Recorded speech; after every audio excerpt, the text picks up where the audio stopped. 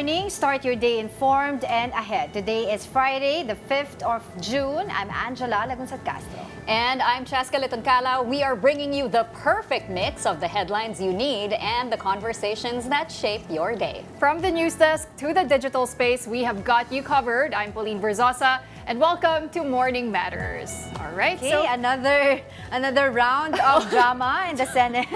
hopefully we see a better day today because it's the last day Yeah. of the week already. TGIF, nakaabot din tayo ng Yes. Friday, Oh, but yeah, it's it's not our yet fifth over. day. It's our fifth day of the first Yeah, we're closing week in our of the first new week. Morning Matters. Exactly. Wow. So, but Okay. still, lots of developments to watch out for. Yes, that's right. And let's begin with the latest developments at the Senate, where the political fight over the flood control controversy took another turn. The group of Senator Alan Peter Cayetano pushed through with its own flood control investigation under its Blue Ribbon Subcommittee. 18 men who identified themselves as former bagmen of ex-Congressman Zaldi Co faced the panel. They claimed suitcases of cash were delivered to several personalities, including Senators Tito Soto and Erwin Tulfo. Both senators denied the allegations. Soto said he was not a senator from 2022 to 2025, while Tulfo called the claims a lie and the hearing is a sham.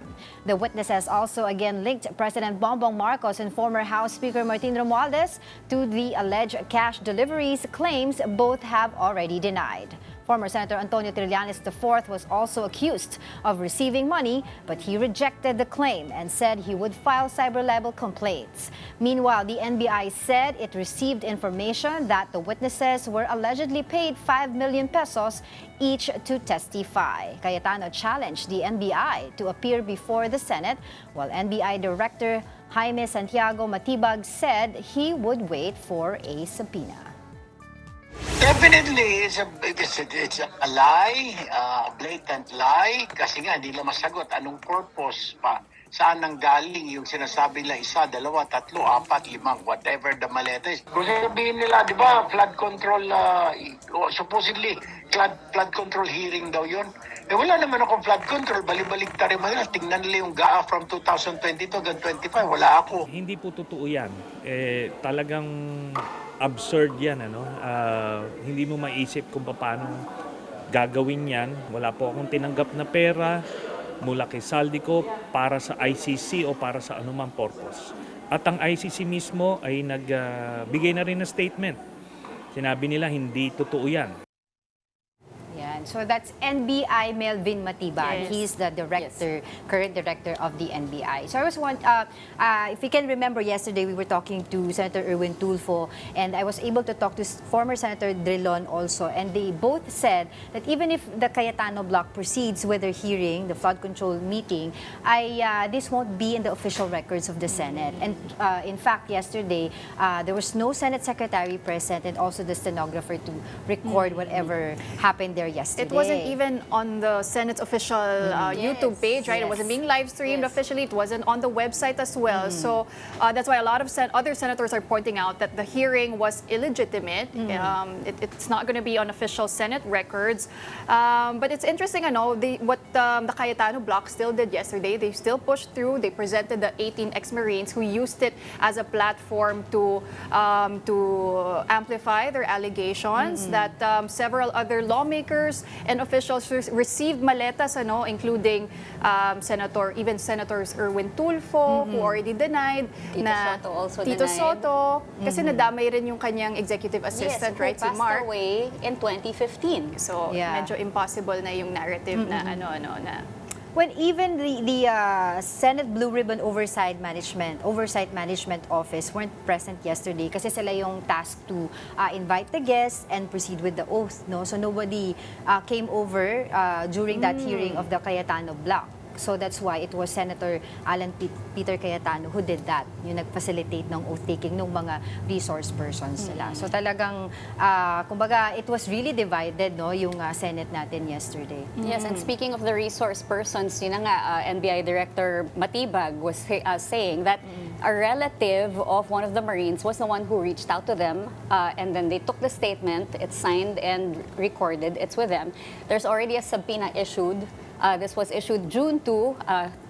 Former Congressman Mike Defensor and the alleged Marine, they're directed to appear before the NBA headquarters on June 10. Because the relatives said that the Marine supposedly received 5 million. 5 billion pesos. pesos Each ba yun? Or parang di pa malinaw? Each. Each. They said each. 5 million. And during the hearing yesterday, they reiterated that they didn't receive any money. And in fact, the other Marines said na yung kanyang parent or yung mother is sick. The other one, the relative died. Yung mga ganon. So parang sinasabi nila na nobody's financing us. There's no money involved and we're just here to tell the truth. And on the other side of the fence, yan naman. So we'll Yes. see what's going to happen because what the Marine or 18 Marines said yesterday is just a reiteration of what they said before. Yes. Na they received money, not received, no, but they delivered money, no, mali-maletang pera. That's the word that they said.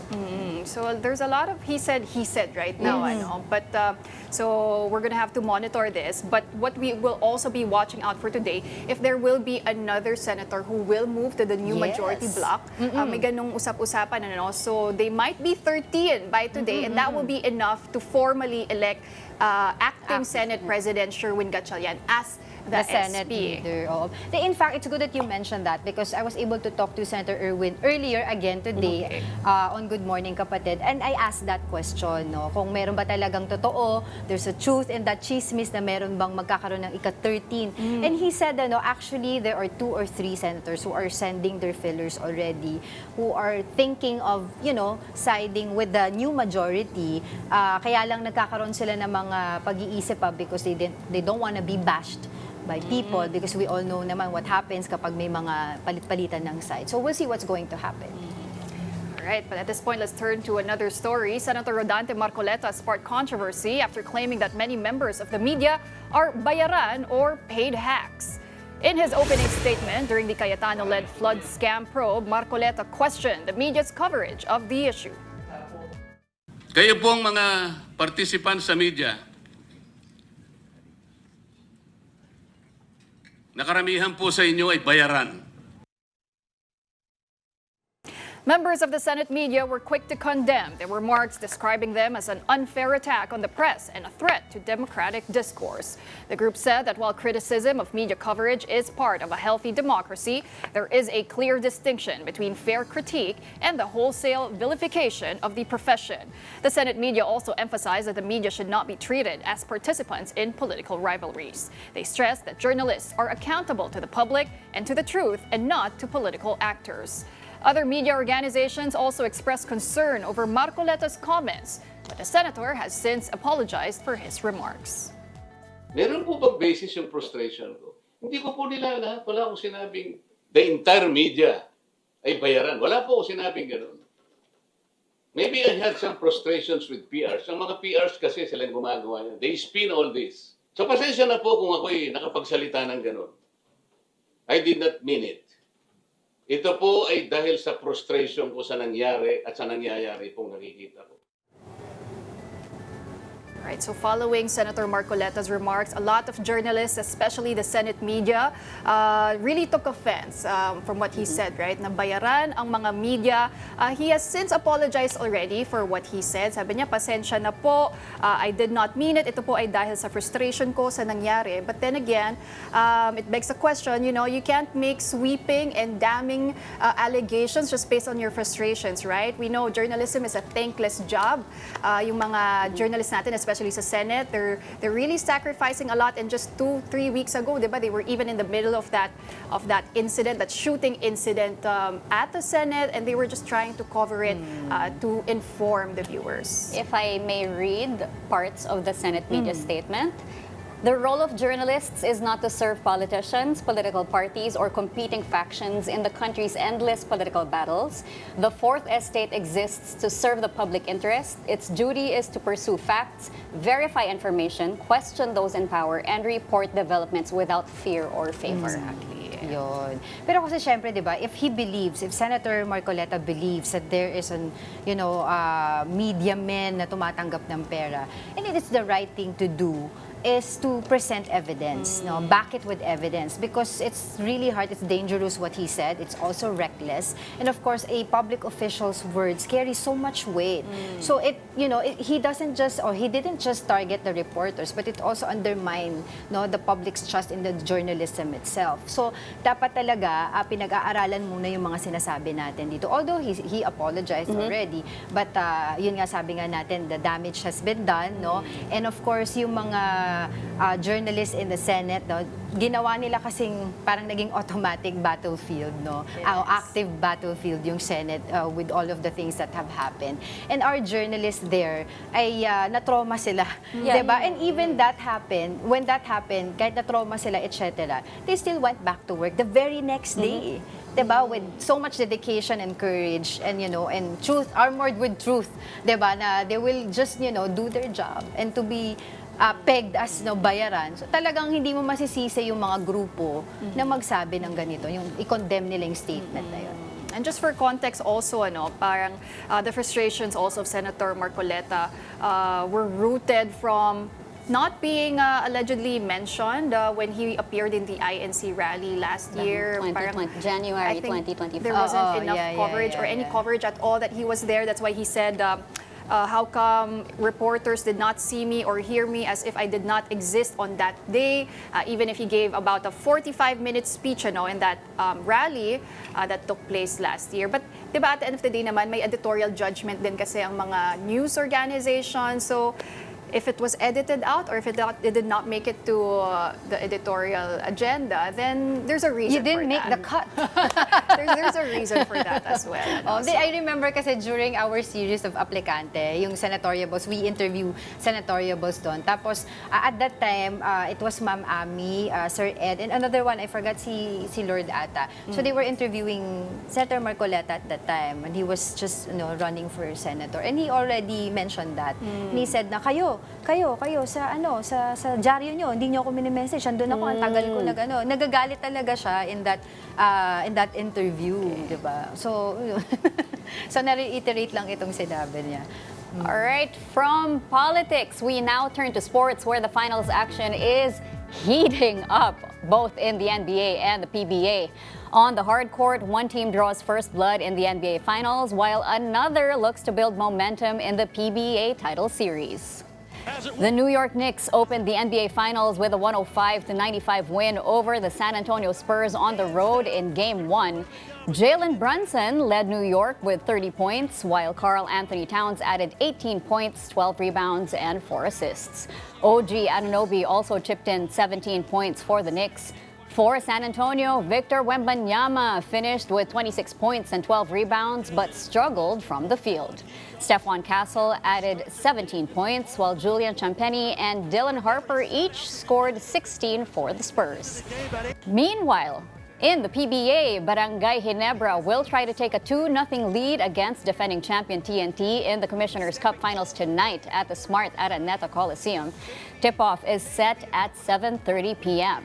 The Gin Kings took Game 1 102-100 after Justin Brownlee hit a fall-away jumper over Chris McCullough with just 0.6 of a second left. Brownlee finished with 23 points, 8 assists, and 4 rebounds. RJ Abarientos led Ginebra with 24 points, while Troy Rosario and Scotty Thompson also delivered key contributions. For TNT, McCullough had 25 points, while RR Pogoy added 22 in the loss. A lot of action also happened with fans. Oh, I saw that. yeah. Sa NBA. So, 2 fans now have a lifetime ban in the NBA because one fan ran onto the court I during the saw game to try and get a that. selfie with Wemby and In fairness, Mitchell Wemby Robinson. smiled, Pero hindi siya kita sa video. I don't know if you saw the video. He was so Hindi confused ka now. siya. And then another incident with Jalen Brunson and some fans sitting courtside. But he didn't want to talk about it. Okay, so it's not So clear we what the still fan- don't really know what exactly happened kasi ayaw Worth niya it. daw pag-usapan. Worth it naman daw kasi na. Worth it, nanalo Close naman na sila niya si ng Also exciting action in the PBA, Of course. right? Barangay Yes. Ginebra taking Game 1 against the 2020, and of course Brownlee coming up clutch. He's on the hunt for his 7th championship. So we'll see kasi Wow. 3 years na rin since Barangay Ginebra last won a title in the PBA. But of course, Coach Chot Reyes and the rest of the Tropang 5G rather, will put up a fight later. I'm sure it's going to be another exciting Is there an game. indication for Brownlee to retire next year? No more pa? I don't That is think a good question, but I think he's the kind of guy who will keep playing. playing, yeah. Because he loves it so much. He loves playing for Ginebra. He loves playing here in the Philippines. We love seeing him on the court as Yes. well. All right, don't go away. Morning Matters will be back after a short break.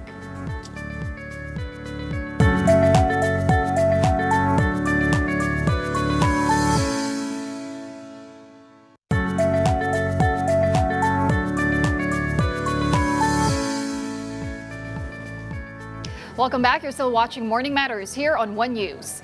The Senate leadership fight deepens with rival blocs issuing competing orders, a supposed blue ribbon hearing pushing through, and Malacanang now telling senators to get their act together. Mobile journalist Mary Mon tells us more in this report. Despite managing to move forward from an apparent impasse this week, the Senate remains just as divided. On June 3rd, Senator Chis Escudero attended the session, giving the then 11-member minority the quorum it needed to wrestle control from the Cayetano bloc. Senator Win Gatchalian was installed as the new Senate President pro tempore and acting presiding officer. But for Senator Alan Peter Cayetano, he is still the legitimate Senate President, while Senator Lauren Legarda remains Senate President pro tempore. This confusion was already evident Wednesday night in 2 memos issued by both senators. Gatchalian ordered Senate employees to work from home on Thursday, while Cayetano called on all Senate offices involved in the scheduled Blue Ribbon hearing to be present. Gatchalian likewise authorized Senate employees who reported on site to leave the office beginning at 10 a.m. since there's no official business scheduled. The SP pro tempore said this is in consideration of the safety of Senate personnel amid anticipated tensions at the upper chamber. Interior Secretary John Vic Remulla also came to the Senate on Gatchalian's request. And true enough, the supposedly canceled Blue Ribbon hearing pushed through. Resource persons, including lawyer Levi Baligod and the former soldiers who implicated President Bongbong Marcos and former Speaker Martin Romualdez in the flood control corruption scandal, came. Senators Pia Cayetano and Robin Padilla escorted them until they crossed paths with Remulla on their way to the plenary hall. Isinama sila ni Senator Pia Cayetano.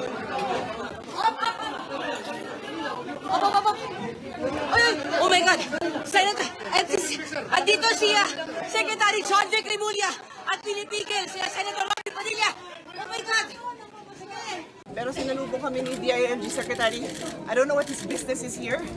I don't know why he's trying to stop us. Hindi nga, palabag-isa nga lang ako, di ba? Opo. Din tayo panibagi din. Palabas na ako eh. Just checked up, tapos bigla na lang, a whole gang went up on. I didn't have any security with me, nothing. So it wasn't up. I wasn't trying to block. I could not have blocked them alone. Senator Padilla also denied having started the commotion. During the hearing, the Cayetano allied senators who attended lamented the lack of Blue Ribbon Committee staff. There was no Senate Secretariat nor stenographers to document the proceedings. Una, sino ba nanggugulo? Kami o sila? Sino legitimately elected Senate President? Nasa harap niyo. So dapat ako sundin. Pero hindi ko pressure yung mga empleyado. So sila Senator Win ang nanggugulo dahil atat na sila ang maging majority at Senate President. So kung ayaw nyo ng gulo, huwag kayong manggulo. After the hearing, Cayetano again had this to say to the Gatchalian bloc. So kung gusto niya makipag-meeting, ayusin nila, mag-meeting kaming dalawa sa Office of the Senate President. Di ba nandito naman kami ngayon, alam niya naman may hearing. Ang mahirap yung panay media, I wanna reach out, etc. Pero, wala kayong kaso kapag sumama kayo sa amin. I mean, let's be honest with the media. Hindi yung pang-media, we're willing to talk. Diba? Pero pagkausap yung mga membro namin, I'm not talking to Win, I'm talking to all of them in general.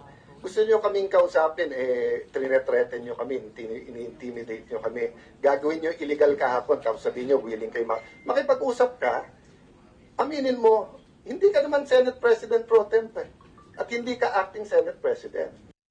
Gatchalian has earlier stated that their bloc was willing to talk to Cayetano's group. And if this does not work, they may be inclined to seek President Marcos's help to call for a special session to resolve the leadership issue. to which the palace said, Yes, opo. Inclined ang presidente na to give in to the special request for, or rather official request for the special session. but for now, this was Castro's take on the Senate row. Umayos kayo.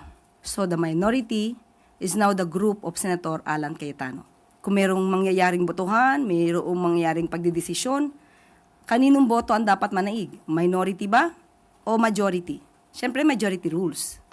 Kapatid Mobile journalist Mary Monreyes, we are One News. Senator Raffy Tulfo said his brother, Senator Erwin Tulfo, is considering legal action against individuals who linked him to an alleged kickback scheme in flood control projects. In an interview with Storycon, Tulfo described the allegations as a demolition job. He also criticized Senator Alan Peter Cayetano, saying he tends to avoid floor debates in the Senate.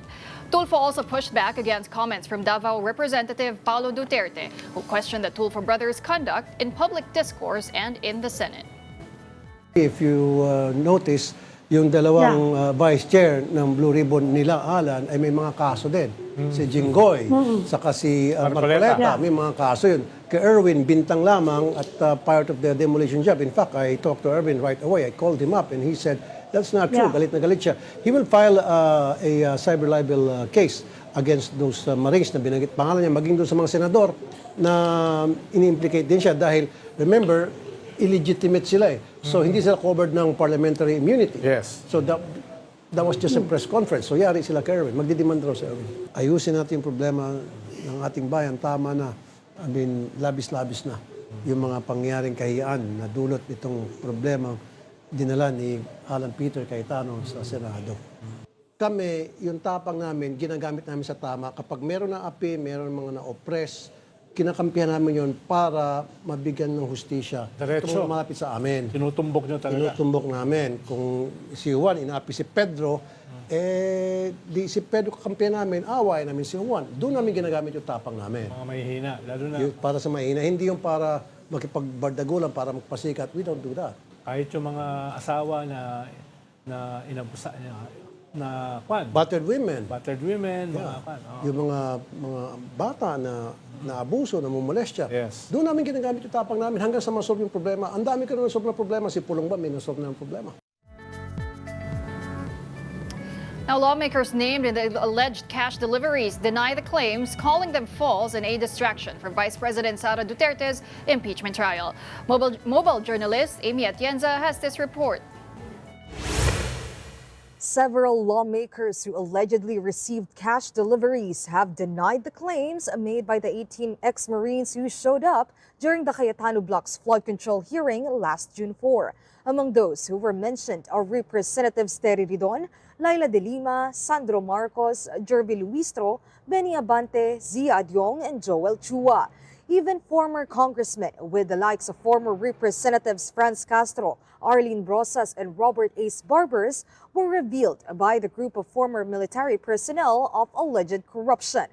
The former Makabayan Bloc reps Castro and Brosas said in a joint statement that Senate President Alan Peter Cayetano has been a figure of constant attacks towards their bloc and activists. Nevertheless, they will continue to stand by truth and justice amid all political issues in the government. As for Bicol Saro Party List Representative Terry Ridon, well, unang sa lahat, nakakatawa ko yung 18 ex-Marines kasi parang lahat na lang po may maleta, lahat na lang po bayaran, no?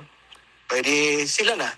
Walang maleta na dineliver sa akin sa kahit anumang panahon o kahit saan mang lugar. in a statement, Lanao del Sur Representative Zia Adyong pointed that the information disclosed by the 18 ex-Marines is a mere distraction to the upcoming impeachment trial against Vice President Sara Duterte. This is likewise the viewpoint of former Surigao del Norte Representative Robert Barbers in his comment regarding the matter. He stated that this meant to divert attention from the impeachment of VP Sara to the alleged flood control scandal. Ridon, a member of the House prosecution panel for the VP's impeachment, believed the same idea.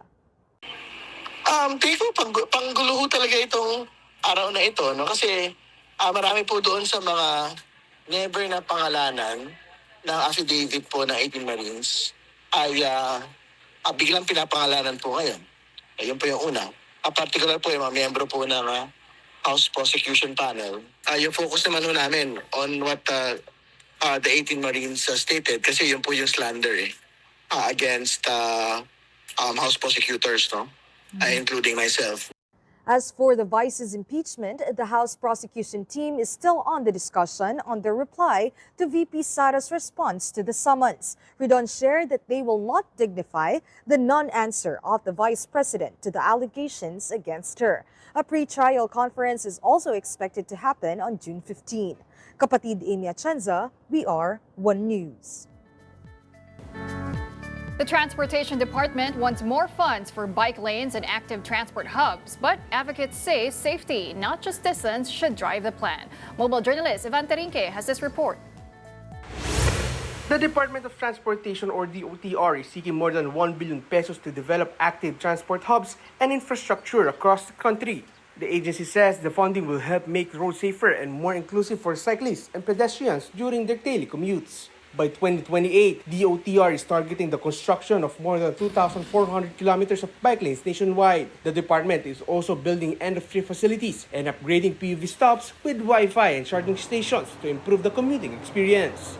Tayo rin ay nagsikap na makakuha ng legislative support para magkaroon ng maayos at sapat na pondo ang ating mga road safety-related policies and programs. While the government plans to expand active transport infrastructure, Advocate says the focus should not be on quantity alone. They point out that many existing bike lanes still rely on painted markings and plastic bollards, which offer limited protection and are easily damaged. For them, the priority should be building protected and connected bike lane networks that can be safely used by people of all ages and skill levels. May tinatawag na 8 to 80 yung when it comes to active transport. Dapat it should be safe for children as young as 8 years old and to the elderly as old as 80. Dapat yun yung pagbasihan kung safe ba and inclusive yung active transport networks natin. Ladyong also stressed the need for government agencies to use road crash data to identify high-risk areas and guide infrastructure improvements. He said safety measures should be targeted at locations where crashes frequently occur to help prevent future accidents and encourage more people to choose active transport. So pag ginawa natin mas maayos yung active transport networks natin, yung mga taong nahihirapan sa public transport, lalo na yung mga taong nahihirapan sa public transport, mas madali sa kanilang isipin na pwede pala sila magbisikleta or pwede nilang subukan magbisikleta. Advocates say improving active transport infrastructure could provide millions of Filipinos with private vehicles a safer, a more affordable, and more accessible way to travel. Kapatid Mobile Journal Ivan Terinque, we are One News. And when we return later at 9:30 a.m., political pundit Ronald Llamas joins us live in the studio to unpack the evolving power dynamics and major plays currently happening at the Senate. But don't go away, because Money Talks with Kathy Yang is up next to get you ahead of the markets. I'm Pauline Verzosa. Stay tuned to One News.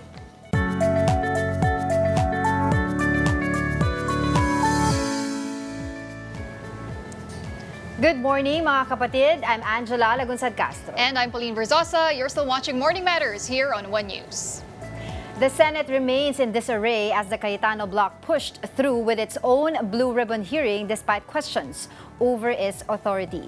18 men who claim to be former bagmen of ex-Congressman Zaldi Co faced the panel, accusing several personalities of receiving suitcases of cash. Among those named were Senators Tito Soto and Erwin Tulfo, President Bongbong Marcos, former House Speaker Martin Romualdez, and former Senator Antonio Trillanes IV. All have denied the allegations. Tulfo called the hearing a sham, while Trillanes said he would file cyber-level complaints. Meanwhile, the NBI said it received information that the witnesses were allegedly paid 5 million pesos each to testify. Cayetano has challenged the NBI to appear before the Senate, but NBI Director Melvin Matibag said he would wait for a subpoena. All right, and joining us this morning for an analysis is political pundit and former presidential advisor, Mr. Ronald Llamas. Good morning, Sir Ronald. morning. Welcome to Morning Matters. Good morning, Pauline. Angela, first time ko mag-studio rito sa inyo. Wow, this is our Oo. 5th day actually from since our relaunch ng Monday. So you are closing in. Thank our you. week. Thank you. We are so honored to be in your presence, lalo na ikaw ay Marami siyang dalang information oo, sa and atin. na special mention pa siya kahapon. Oh, dito ako famous to eh. Famous Ronald. Mas infamous eh. Oo. Absolutist. Oo. Pero first of all, Sir Ronald, ano bang basa mo dito sa lahat ng nangyayari sa Senate? Well, unti-unti na siyang nare-resolve, no? Pero siyempre, may impasse pa rin. At mukhang, sabi nga ni Earl Pareño sa Rappler, si Alan Peter nagmamanufacture ng isang constitutional crisis. Ibig sabihin, gusto niyang i-push sa limits ito. Pero yung limits kasi nito is sedition eh. Pag lumampas ka dun sa hinaharangan mo yung normal functions ng government na nangyayari na ngayon. Dahil pag may impasse sa Senado, tigil ang appointments.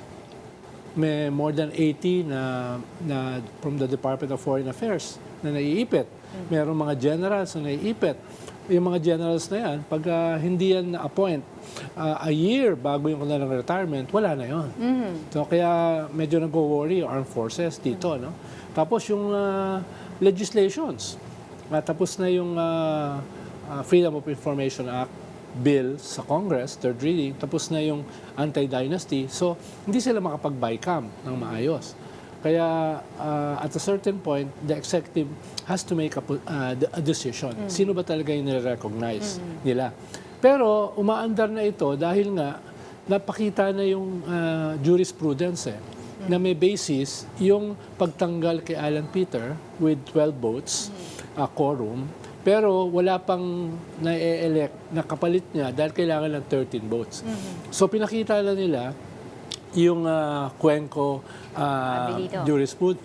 Abilino versus Cuenco. Abilino versus Cuenco. Para may basis. Tapos yung mga 2 to 3 times na nirecognize yung 12 na quorum to change yung mga leadership ng Senate. So may judicial track record para suportahan ito. Right. Ikalawa ay nire-recognize sila ng lower house. So kailangan lang siguro i-formalize yan through a resolution, no, na nire-recognize ng Congress itong bagong leadership ng House. Pero kung talagang gusto nilang tultukan ito, somebody has to file a case sa Supreme Court. Yes. Co-warrant Which is to. PDP is going to do. Yes, no? Pero usually kasi hindi nakikialam ang Supreme Court sa mga internal matters ng isang co-equal branch of government, Right. no? Unless talagang sobrang grabe na yung constitutional crisis, mapipilitan sila makialam. Pero so far, pwedeng gawin ng executive, magtawag siya ng special session para ma-resolve yung mga nakabara na legislation, pero practically to recognize the new leadership. Pero Sir Ronald, one more thing na pwede rin mangyari, no, is if my 13th member na sumali sa new majority, then that would fast-track everything. They can already elect SP Sherwin Gatchalian formally. Tama. Pero kailangan mo pa rin ng session. Paano? Sinedian na sila bakasyon na. Tapos yung susunod nila ay SONA na. Yes. So, kung gusto mo ma-resolve ito ASAP, baka kailangan ng presidente magpatawag ng special session para magkaroon ng pagkakataon to formalize yung bagong leadership.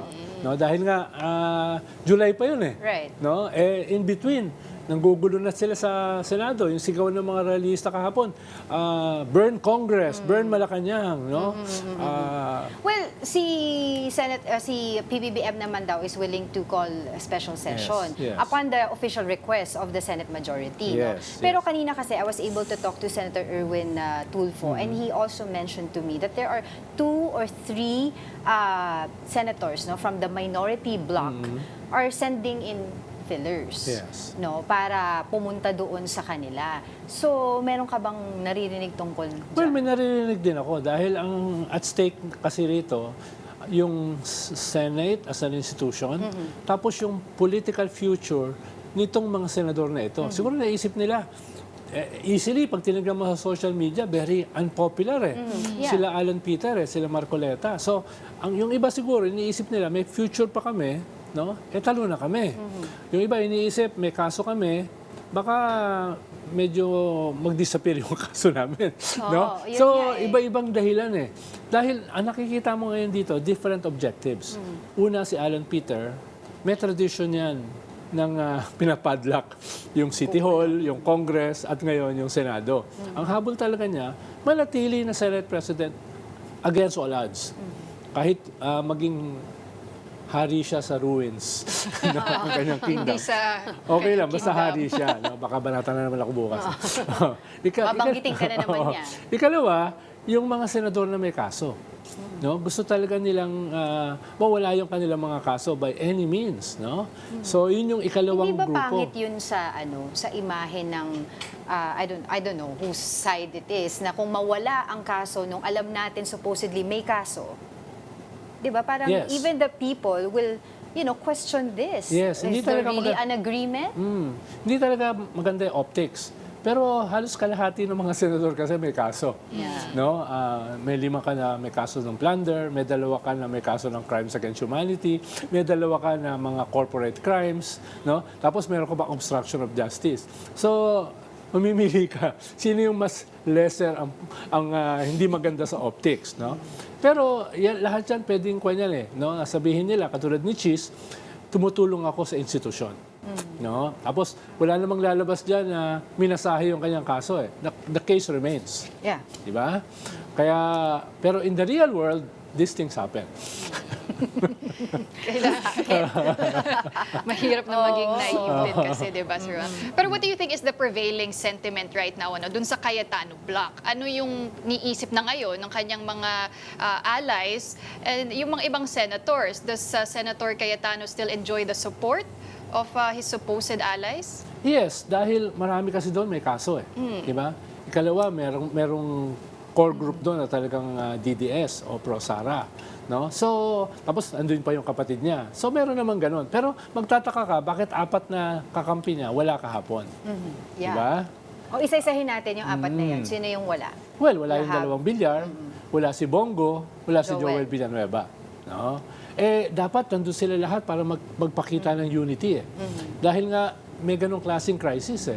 Pero bakit wala yung 4? Hindi ko sinasabi na bumigay na sila. Yun, oo. Pero medyo revealing na wala sila ron. Oo. Pero how will this affect the upcoming impeachment trial of Vice President Sara Duterte?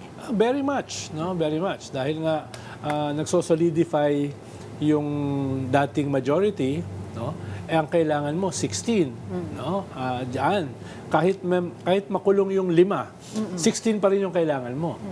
So, pero minimum kasi ang habol nila diyan yung majority para lumabas yung ebidensya. Paano pagbobotohan yan eh? By simple majority. Halimbawa, bubuksan yung bank accounts. Kung wala kang majority, hindi mo bubuksan yan. Right. So, sa ngayon, ang labanan, first stage is to get the majority. The simple Yung second majority. stage, to get the 2/3. No? Wala akong alam dyan sa impeachment no? Kaya hindi ko alam kung paano nila gagawin yan, no? Kunyari, una, popular pressure. Kalawa, evidence. Pero wala naman tumitingin sa evidence. As ikatlo, yung carrot and stick. Political calculation. No? Kasi, di ba, at the end of the day, yun na nga, di ba, parang it's still about political survival nitong mga political animals na ito. Pero, Sir Ronald, going back naman dun sa Blue Ribbon hearing, ano ba tawag doon? Presscon? Di ba sabi ni Senator Raffy, parang presscon daw yon o podcast ba?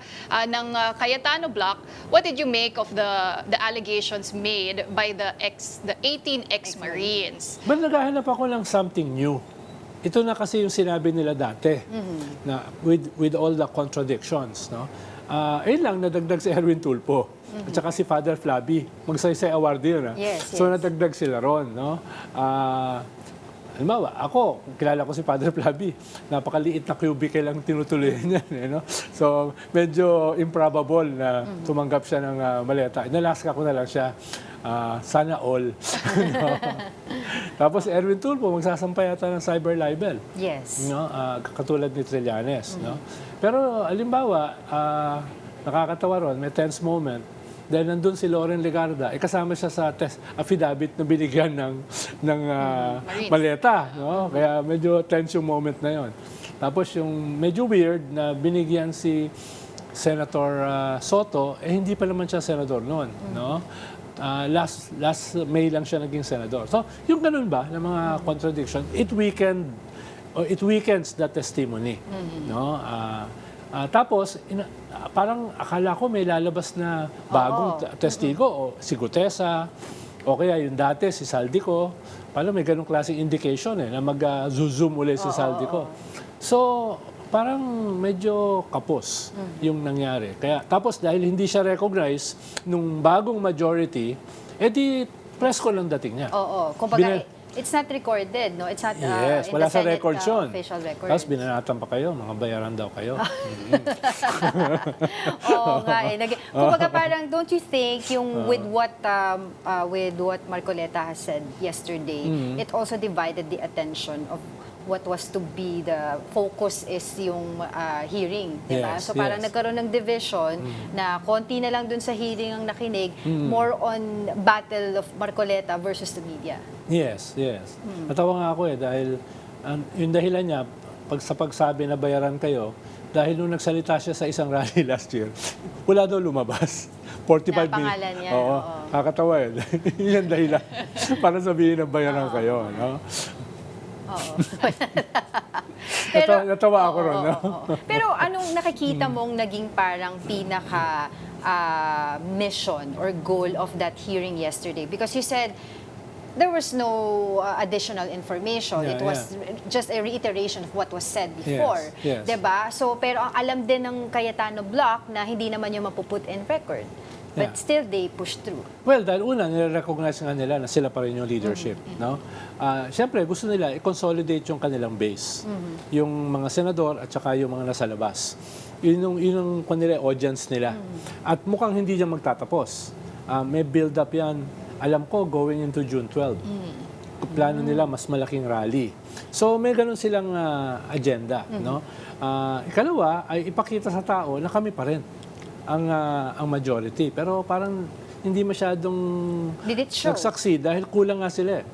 Mismo yung kanilang 10, wala ron. No?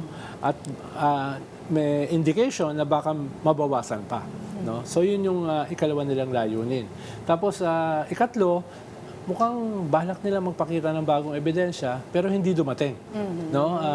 Ang sabi nga ni Marcoleta the day before, meron kaming gagawin which will define the direction of this country. So, lahat naghihintay. Parang yung kay Hero sa PGMN, no? Na pinagtsagaan ko panoorin. Baka may bago. Yung pala, pinagdikit-dikit lang yung mga istorya, no? Okay. So, uso pa lang ngayon yun, no? Mismo sa Senate, no? So, naghihintay ako. Sabi ko, wala naman lumabas, Pero Sir Ronald, with everything happening, yesterday sinabi ni Senator Raffy Tulfo sa StoryCon na this might lead to destabilization.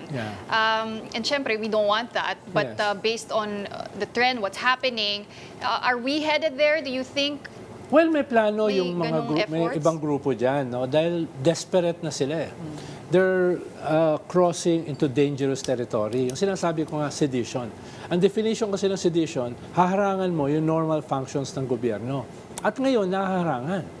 No, kaya kailangan din may gawin din yung executive, no? May tumatawag pa. Sino yan? Pakita mo, sino yan? May nagpapatawag sa ukay. Baka importante yan. Tingnan ko nga kung sino yan. Kaya ayun, no, na talagang may mga nagpaplano. Maobserbahan nyo yan in the next few days. Sa mga rally na ang sigaw, sunugin ang Malacanang, no? Yun nga, nangyari yan last year, di ba? Noong September. Yun nga tatanong ko sa iyo ano yung alam mo doon sa rally na yun? Can you tell us more about it? Well, ang alam ko, may mga nagpaplano na mag-build up, no? At dahil nga patalo itong faction na ito sa Senado, ang tawag diyan tayampato, all in na, no? Dahil nga yung iba makukulong, no? Makakasuhan, yung iba ay mapapahiya. So yung mga iba diyan desperado na. Kaya hindi ako magugulat na susuportahan nila yung sinasabi ni Raffy Tulfo na destabilization. Lalo na kung papakinggan mo yung mga sigaw kahapon. Sunugin ang Congress, sunugin ang Malacanang, lahat sunugin. Sana hindi ito Hindi itong TV5, no? Ah, huwag naman. Kahit si Congressman Pulong Duterte, 'di ba, naglabas ng statement asking the public if tama pa ba yung nakikita ninyo. So yung mga ganung klaseng pronouncement, statement. Tingin ko mag-scale up yan, yung mga calls na yan. People power. Parang masyado na abusado yung people power. At ang objective ng people power ay isang uprising. No? Pero panahon yan yung tatay, nung Marcos, diktatura yun eh. Ngayon gagamitin dito for a different reason. Kaya hindi ako magugulat na tama yung sinasabi ni Raffy Tulfo na may destabilization plots. Paano? May namamanufacture na crisis eh. Constitutional crisis. No? Kaya dapat mabilis din yung executive para man-nip in the bud itong nag-unfold na o minamanufacture na crisis. Pero dapat wala namang crisis dahil may president eh. Yung Abilino versus Cuenco. No? Tapos may mga, hindi lang yun, may mga nangyari na ni-recognize yung 12 as a legitimate quorum. No? Nandun pa nga si Pia. Yeah, In yung one kay, of those. kay Senator Franklin Drilon noong May 2015. Yes, pero siyempre hindi yan i-recognize nitong faction na ito. Kaya nga sinasabi na manufacturing a constitutional crisis, which is going into dangerous territory na seditious. Oo. But don't you think this would really set a dangerous precedent? Meaning na in the coming future, na talagang pag ganito na yung mga nangyayari sa mga senador, diba? Mag-aaway na lang kami, isa-site na lang namin, wala kayo dito, mag-quorum, yung mga ganon. Lahat ito unprecedented eh. Yes. In my 45 Uncharted years territory tayo eh. Oh, in my 45 years in politics, tsaka yung mga nabasa kong kasaysayan, ngayon lang nangyari ito. Ngayon lang nangyari. Kaya unprecedented ito. Baka kinakailangan din ng unprecedented response. No? Dahil meron kang unprecedented corruption crisis, scandal. Meron kang unprecedented impunity. Kaya nga, the first Asian to be filed ng kaso sa ICC. Tayo yun eh. Tayo Kaya yun. proud tayo eh. Tapos dito tayo nakasama sa UN Tapos, chair. meron kang economic crisis, no? Almost 8% na yung inflation dahil sa Iran war, no? So tapos may ganito pa, may invasion ka pa sa teritoryo mo ng China. So unprecedented yung ating sitwasyon.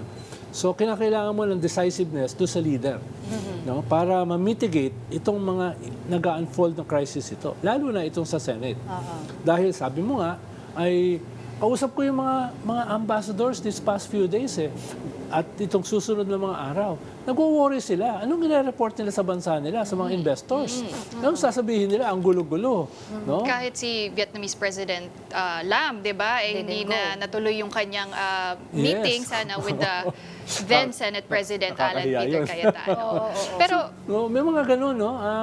Itong mga ambassadors, of course, hindi mo sila maririnig in public, pero in private, nagwo-worry sila. No? What's happening? No? yung may implication din kasi talaga yung instability na nangyayari dito. No? But Sir Ronald, kanina sabi mo ang Malacanang dapat decisive yan, it should act quickly, swiftly. And sinabi naman ni Yuse Claire Castro, di ba, na Malacanang is inclined to call a special session, pero dapat may valid ground din. Ano yung nakikita niyong posibleng valid ground para talagang ma-justify na magkaroon ng session ang Kongreso, special session? Pwede nilang gamitin excuse, legislation, priority bills, no? Lalo na bumabara rito. Pero yung mas malalim na dahilan is to resolve this crisis. Yes. Pero yun lang, parang may mga dahilan kasi for a special session. No? Usually ginagamit dyan legislation. So yun ang gamitin nila. Kasi no? baka i-contest din naman ng kabilang party. Ay, hindi na makokontest yun. Unless pupunta sa Supreme Court na, again, hindi makikialam ang Supreme Court sa mga co-equal branches. Traditionally. No? Traditionally. Lalo na kung usapang politikal. Oo. Unless may sobrang abuse of discretion, grave abuse of discretion, or constitutional crisis, baka mapilitan silang pumasok. Pero usually, baka pasukan din sila eh, yung Supreme Court. Kaya they respect each other. Yeah. Traditionally. Pero di ba, kumbaga, let's say, sige, sabi mo, Supreme Court cannot intervene because of the issue of judicial overreach. Di ba? So in lieu of Supreme Court, can the President intervene? Let's not talk about congressional session kasi yan yung term in front of people. Pero behind the camera, I mean kasi what do you think of the President? How is he handling this? Diba? Is he too silent on this? Diba parang kung ikaw yung yung leader, halika yung dalawa dito, maupo tayo. Yes. Let's do, diba? Kausapin natin, ayusin natin yung bansa. Parang walang ganun nangyayari. Well, they can and they should. Narinig ko a few days back, yung statement ng Presidente, galing siya ng Japan, na sabi niya, Ngayon lang ako nakakita ito. Grabe ito, di ba? Kailangan Watching in horror. Oo. So, one of the few times na nagpakita siya ng horror sa nangyayari, parang hindi naman siya ganun ka-emotional no? Unlike us. No? So, nagpakita naman siya. Pero, ayun din, calibrated din Calibrated din. Dahil nga, co-equal branches ito. Pero tama ka, na Angela, na kinakailangan niyang mabilis. Ito nga, yung mabilis, yung the special session. No? At short of filing yung co-warranto, usually yung Solicitor General mag-file ng co-warranto para ma-resolve yan No? Sino ba talaga ang legitimate, ano ba talaga ang tunay na quorum, etc. etc. Pero, matagal pa yan. At usually, hindi nga nag-i-intervene tradition. So, political yung response ng Presidente, which is a special session. Under the cover ng legislation. No? Plus yung special session na yun needs to... Tinuturuan na natin sila. Oo nga Plus yung special session na needs to be coming from the majority. Diba requesting an official special session. Madali naman yun yung request na yun. Pero dapat dyan mabilis. Dahil nga nagde-deteriorate yung sitwasyon, minamanufacture yung constitutional crisis At lahat ng mga puwersa na nakita natin last year na gustong pabagsakin yung gobyerno, nagsisimula ulit mag-converge. Kung maalala mo, last September at last November. Ang tingin ko lang, the chain of command ng armed forces will hold. No? Hindi sila magpa-participate dyan. No? Pero, at the very least, magkakagulo pa rin. No? Katulad last year. At tatamaan yung ekonomiya, hindi na nga maganda yung ekonomiya mo because of the Iran war, tapos tatamaan pa nitong crisis na ito. Local politics. Manufactured crisis. Alright, thank you so much for your time. Marami kaming nakuha from you. That was our political pundit. Ano pa ba yung mga title mo? And former Heckler presidential advisor and heckler and the famous Ronald Llamas. The infamous Ronald Llamas. All right, well, don't go away. We still have more matters to discuss right after this quick break. Keep it here on One News.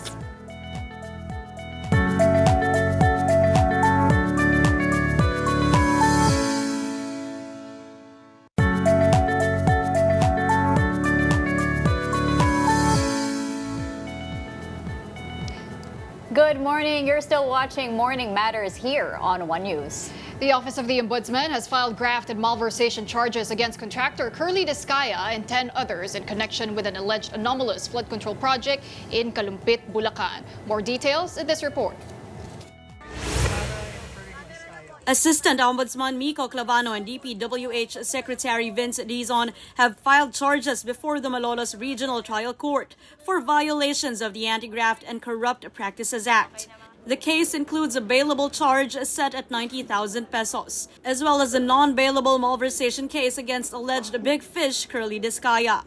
The complaint is linked to an anomalous flood control project in Kalumpit, Bulacan, worth around 53 million pesos. Dizon described the project as having been abused, saying this is one of the reasons behind the recurring flooding in the area. Yung tatlong barangay sa Kalumpit, hanggang ngayon, taon-taon na, binabaha pa rin. Yung mga kababayan natin, kahit summer, binabaha doon. Dahil na rin sa kababuyan na ginawa nitong mga taong to. Kasama na yung mag-asawang Discaya. He also said the Discaya couple's alleged involvement in the scheme required extensive documentation before charges could be filed. Kagaya ng paulit-ulit sinasabi ng ombudsman natin, kailangan matibay ang ebidensya. Pero nandito na tayo ngayon. Pero anyway, nakakulong naman si Curly since last year sa Senate. Pero ngayon, sa ordinaryong kulungan na naman siya mapupunta. Talagang malaking isda yan. Authorities are also pushing for the immediate issuance of an arrest warrant for Curly Discaya. Once the arrest warrant is out, then he will be arrested. He will be arrested from the Senate, where he is right now in custody, and he will be brought to the court and be brought to jail. Kasi non-bailable ito.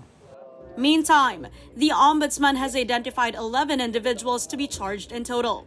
It was also noted that the beneficial owners of St. Timothy Construction Corporation are the accused spouses, Cesara Rowena C. Discaya and Pacifico F. Discaya II, as well as Maria Roma Angeline D. Remando, the company's managing officer.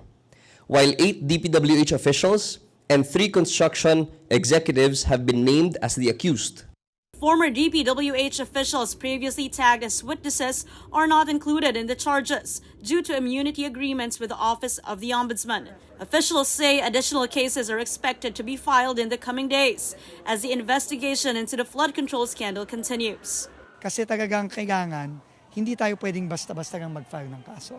Kailangan matibay ang ebidensya at dito sa kasong final ngayon ng Ombudsman na pinagtrabahuan po ng COA, ng DPWH, ng DOJ, ng Ombudsman, kampante tayo na talagang mananagot. Sila Curly Discaya at yung iba pang 10 kasama sa kasong to.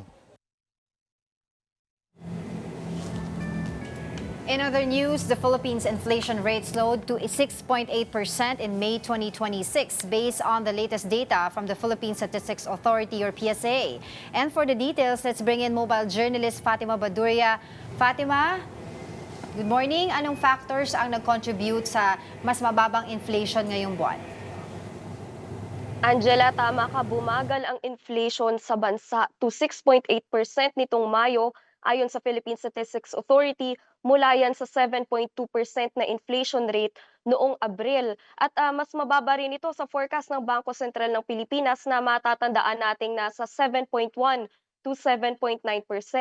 Ang pangunahing dahilan daw ayon sa PSA ay ang mas mabagal na pagtaas ng presyo ng gasolina na may 51.6% na inflation mula sa 59.6% noong Abril at pati na rin sa diesel na may 58.5% na inflation rate ngayong nitong Mayo mula sa 122.7% noong Abril. So dahil mataas yung numero noong Abril, ay actually highest yun since 2018.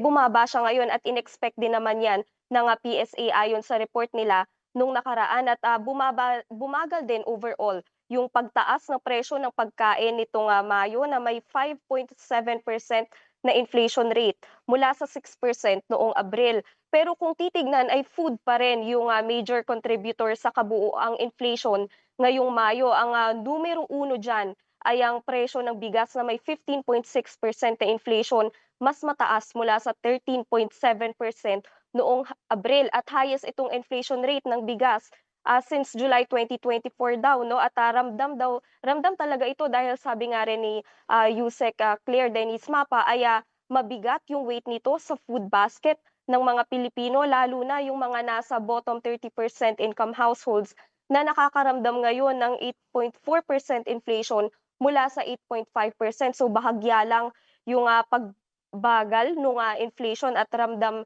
na ramdam yan ngayon. At bagaman bumaba rin yung numbers sa inflation rate ng gasolina from 59.6 to 51.6%, pumapangalawa yan sa contributor sa inflation rate ngayong Mayo. Ngayong Hunyo naman, ayon kay Yusek Claire Denise Mapa, ay tinitignan pa yung mga risk na sa mga presyo ng gasolina dahil nga talagang malikot yung presyo ng gasolina at ng diesel ay isa yan sa mga risk na binabantayan. Ganun din yung presyo ng bigas. Angela.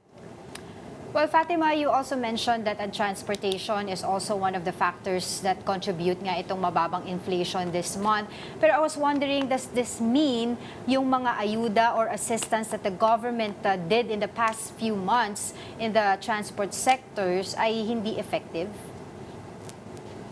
Angela, hindi nga yan nabanggit no kanina sa PSA na report. Pero kung makikita natin ay at sabi rin nila ay at least good news daw na bumaba yung inflation rate, no, pero talagang mataas pa rin, Angela. So kailangan ding makita, no, sana makita rin itong mga datos ng PSA ng iba't ibang mga ahensya ng gobyerno para talagang makita kung ano ba yung mga kailangan na gawin, Angela.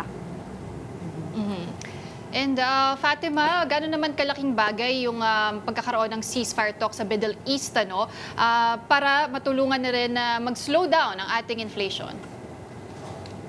Pauline, yan yung mga abangan din sa mga susunod pero sabi nga rin talaga ni Yusek Mapa ay talagang hindi pa rin natin ma-predict o talagang mahirap pa rin i-predict talaga yung presyo ng gasolina at ng fuel dahil nga malikot itong mga presyo na ito Pauline. Fatima, with all the numbers na nasabi mo, how would you describe yung trend ngayon? Makakaasa ba tayo na continuing ang pagbaba ng inflation natin? Alam nyo, nakakagulat actually dahil nga nitong mga nakaraan nakakarinig tayo ng mga forecast na 7.1 to 7.9% ang inflation. Tapos ngayon na nakita natin yung report, bumagal pa to 6.8% yung inflation sa bansa. So talagang medyo mahirap siyang i-predict, no? Pero may mga nakausap din akong economist nitong nakaraan. Ang kanya namang projection ay sa mga susunod pang months na makikita natin ay mananatiling mataas pa rin yung inflation, no? At sabi pa nga niya ay posibleng sa buong year ay makikita natin na talagang mabilis pa rin yung inflation rate sa bansa. Pero aabangan pa rin natin yung mga susunod na report ng PSA kung talaga nga bang makikita natin yan o hopefully naman ay bumagal yung inflation kahit papano. Alright, thank you so much, mobile journalist Fatima Baduria.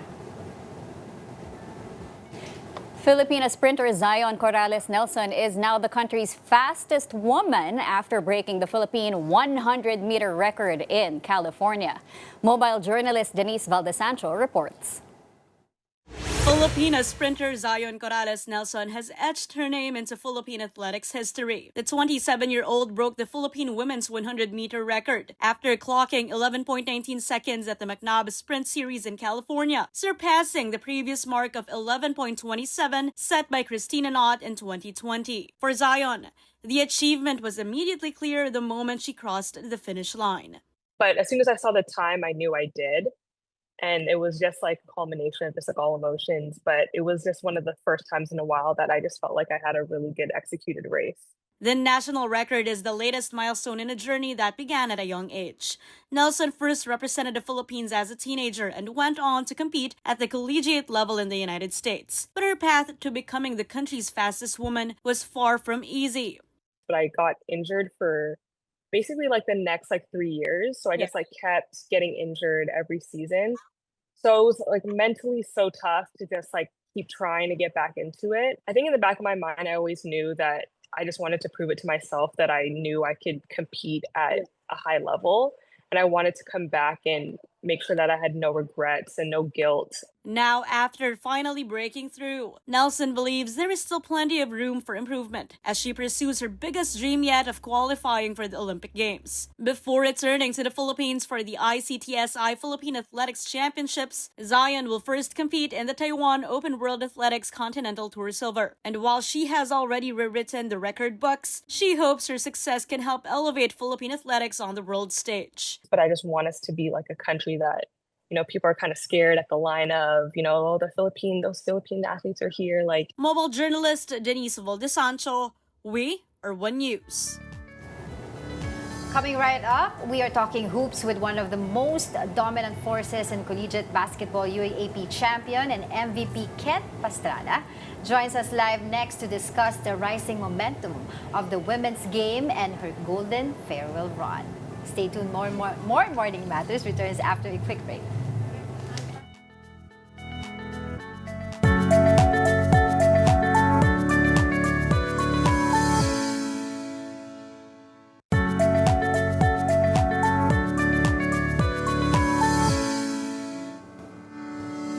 Good morning, I'm Cheska Letoncalao. You're still watching Morning Matters here on One News.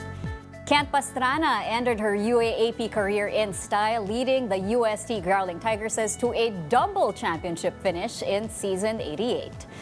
Pastrana closes her collegiate run as a two-time UAAP champion in both 5-on-5 and 3x3 basketball. She described her exit as emotional after winning her final UAAP gold in the 3x3 tournament, saying she felt both joy and sadness in leaving the program she grew close to. As she moves forward from UST, the 25-year-old said she is confident the Tigresses' core remains strong enough to continue the team's winning tradition. And with us now is two-time UAAP champion Kent Pastrana. Good morning. Thank you so much for joining us, Kent. Thank you din po sa pag-invite. Kent, yung season 88 run mo, what a run with UST. Finals MVP, 3x3 Finals MVP, double championship. UST Athlete Scholar, yung list ng accomplishments mo, hindi siya biro. And para sa'yo, now that you're looking back sa experience mo with UST, ano sa tingin mo ang legacy na iniiwan mo? Siguro yung legacy na iniwan ko, yung maalala nila ako kahit wala na ako sa UST. Yung, kumbaga kung ano yung maglaro si Pastrana, kung ano maglaro si Kent, paano siya mag-lead sa loob ng court, and paano siya maging example sa mga kasama niya and sa mga aspiring young athlete din po. And then, syempre, with the last game that you played for UST, gaano na kaiba ang routine mo? Ano na ang ginagawa mo every day? Same lang din naman po. Siguro nag-adjust po ako kung paano po ako mag-lead sa mga kasama ko, and especially sa mga bata na mas marami po kaming mga bago kasi na pumasok this season, and kailangan ko mag-step up talaga as a leader kung paano ako mag-adjust para sa kanila. And yun nga sinasabi ko palagi sa training sa kanila. Just play your game, ako bahala sa inyo, ako yung mag-a-adjust kasi ako yung mas veterano and ako yung mas leader nga sa loob. So, as a leader, kailangan mo talaga ikaw yung mag-adjust sa kanila para mas malabas nila kung ano yung laro nila sa loob ng court. And siguro yun yung nahirapan din naman ako, pero at the same time, naging madali siya dahil sa mga kasama ko na nagpa-follow talaga sila sa instruction and kung paano kami mag-lead din na ECA po. Actually, ang ganda nung naging usapan ninyo ng teammates doon sa finals, no? Yung after game 1, kinuwento nyo nga na kinausap nyo, kayo mga veterans, kinausap nyo yung mga mas bata, na ilabas nyo yung emotions nyo, sabihin nyo sa amin, kausapin nyo kami. Saan nyo nakuha yung initiative na yon? Paano kayo natuto to lead as veterans na pinapaso nyo na sa mga mas bata? Siguro din, dahil nga last playing year na rin namin na ECA, hindi pwede na mag-iiwan kami sa mga bata ng hindi magandang exit. So, pinag-usapan talaga namin ni ECA as a leader na kailangan natin na maging vocal talaga kasi wala na tayong mababalikan pa eh. And ayun nga, napag-usapan namin after ng game 1 na yun na ilabas yung laro nyo, ilabas yung kung ano yung nararamdaman nyo. Be open tayo sa isa't isa kasi hindi na tayo makakabawi, hindi na kami makakabawi next year. So, yun nga, naging open sila sa amin and nagawa namin ng paraan na kapag-adjust kami kung ano dapat namin gawin. And of course, yung mga sinabi din ng mga coaches sa amin kung ano yung mga kailangan namin i-adjust, yung mga mali namin, anong dapat namin i-improve. And ayun, bumalik kami sa training kung ano yung dapat namin i-adjust. And so far, maganda naman naging result kasi kumbaga naging magaan yung training namin and naramdaman namin na ECA na parang ito na yung time na nailabas nila yung laro nila talaga. Paano talaga sila maglaro with pride, with puso. And alam mo yung gigil nila na makabawi talaga sa game na yun po. And then may video pa sila Coach Heidi para Yes sa po. inyo. Umiyak ka ba? Yes po. Kasi parang na-touch po talaga ako kasi hindi namin in-expect na ECA na may ganun na video. And parang na-motivate din kami na gawin namin yung best namin talaga as a leader and as individual din po. Ano yung pinaka-importante, pinaka-valuable na lesson na naturo sa inyo, sa'yo mismo, ni Coach Heidi?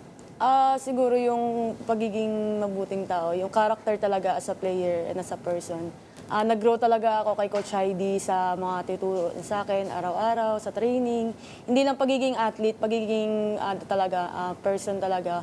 And yung disiplina, yung pagiging humble talaga.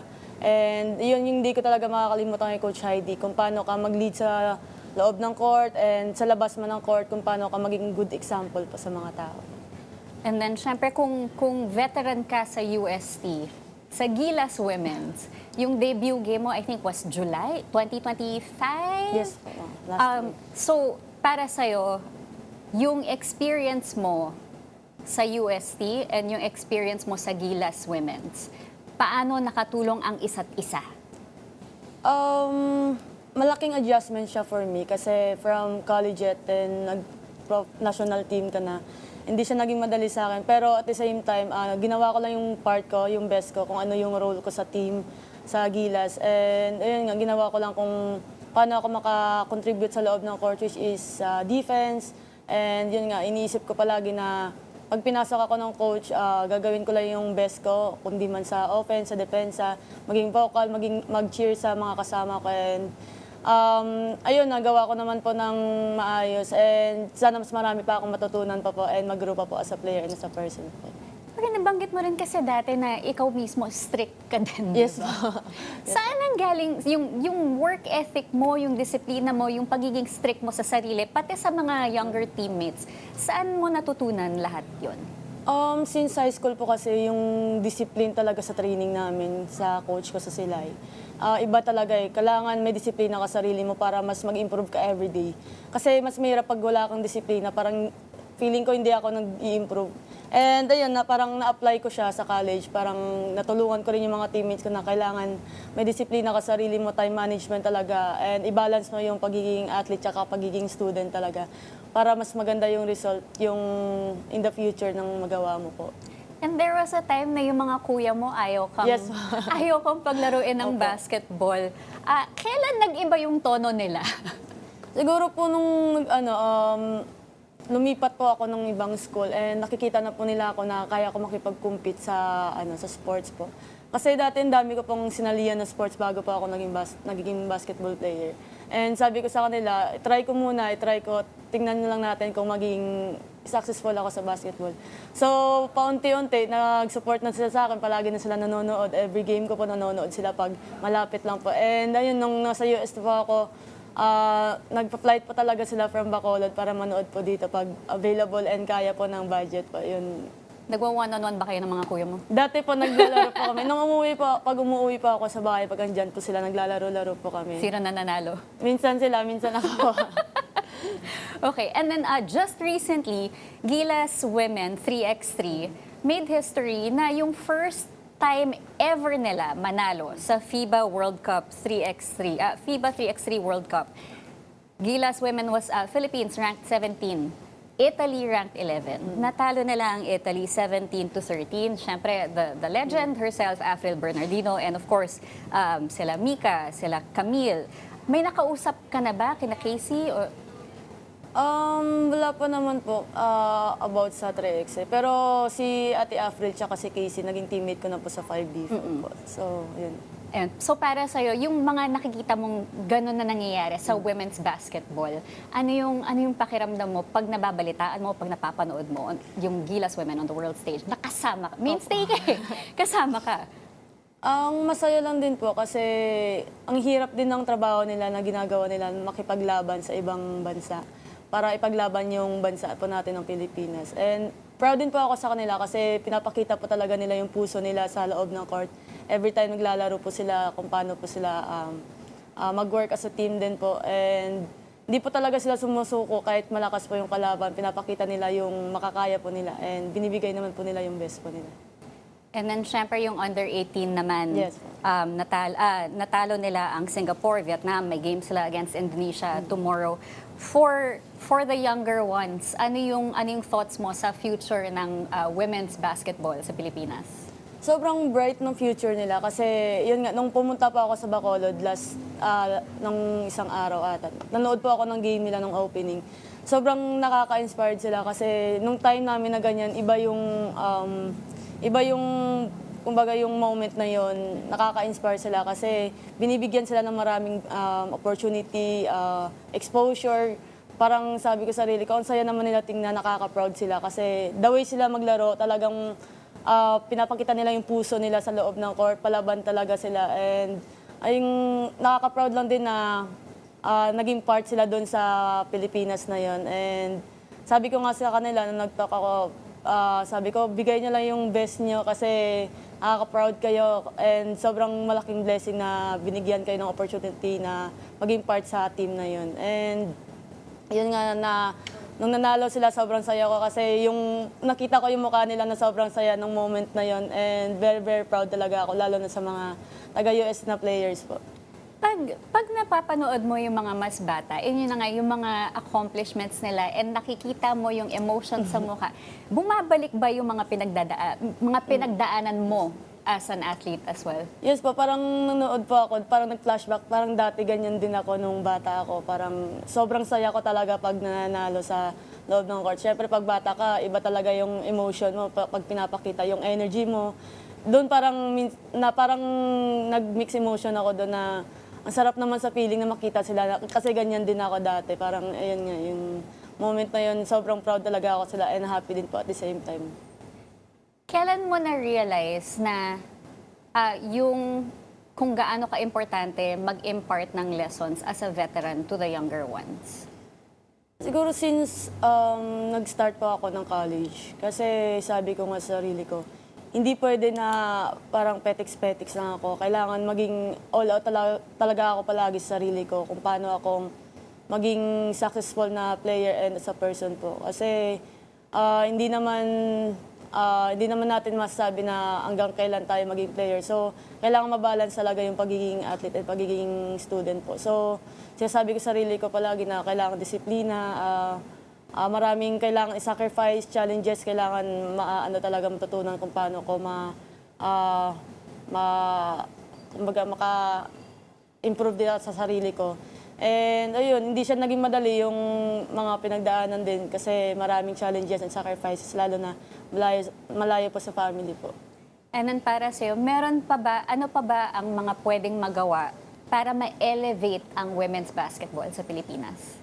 Siguro po more exposure po sa women's basketball, lalo na sa media. And sana po tuloy-tuloy and consistent po na pag-support sa women's basketball dito sa Philippines. Kasi kahit papano ngayon, nag-grow na po yung basketball dito sa Pilipinas. And sana po mas marami pang susuporta sa amin sa women's basketball para mas maganda po yung magiging performance po ng mga women's basketball din po dito.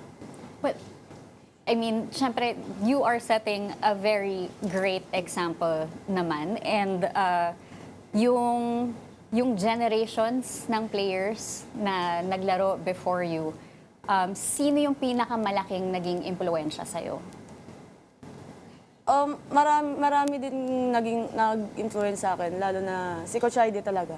Everyday nag-uusap kami ni Coach Heidi na ano yung mga kailangan ko pa i-improve. Lalo na nung naglaro ako sa Gilas, malayo ako sa kanya, nagme-message ako sa kanya. Coach, ano yung mga kailangan ko pa i-improve during game, before game, after ng game. Nag-uusap po kami na kung ano po yung mga kailangan ko pa i-adjust para mas marami po ako matutunan po. Binabalikan mo talaga si Coach Heidi. And then with Coach Pat naman, yung mga natutunan mo naman sa kanya? Yung kay Coach Pat naman natutunan ko pa, parang kailangan maglaro ka ng may puso talaga. Just play your game, parang siya na bahala sa'yo. Siya nang bahala mag-a-adjust para sa'yo. And yung na parang binubus na yung confidence namin palagi, yung confidence namin sa loob ng court na laruin nyo lang, kami bahala sa inyo, kahit magkamali kayo, adjust lang kailangan. Kung ano yung laro mo, kung ano yung pinag-insayuan natin, gawin mo lang. Kung ano yung role mo, gawin mo lang. Kasi sasabay naman yung game sa'yo pag ginagawa mo yung best mo sa sarili mo. Okay, Kent, before we let you go, ano ang susunod para kay Kent Pastrana? Anong nasa kalendaryo? Saan ka namin makikita? Ayun po, tuloy-tuloy pa rin po ako sa Gilas po and hopefully po may opportunity na makapaglaro po sa overseas. And ayun po, pag-trabahuan ko pa po para mas maraming opportunity pa po dadating po sa akin. Thank you so much for your time. Two-time UAAP champion, Kent Pastrana. Don't go away. Morning Matters will be back after a short break.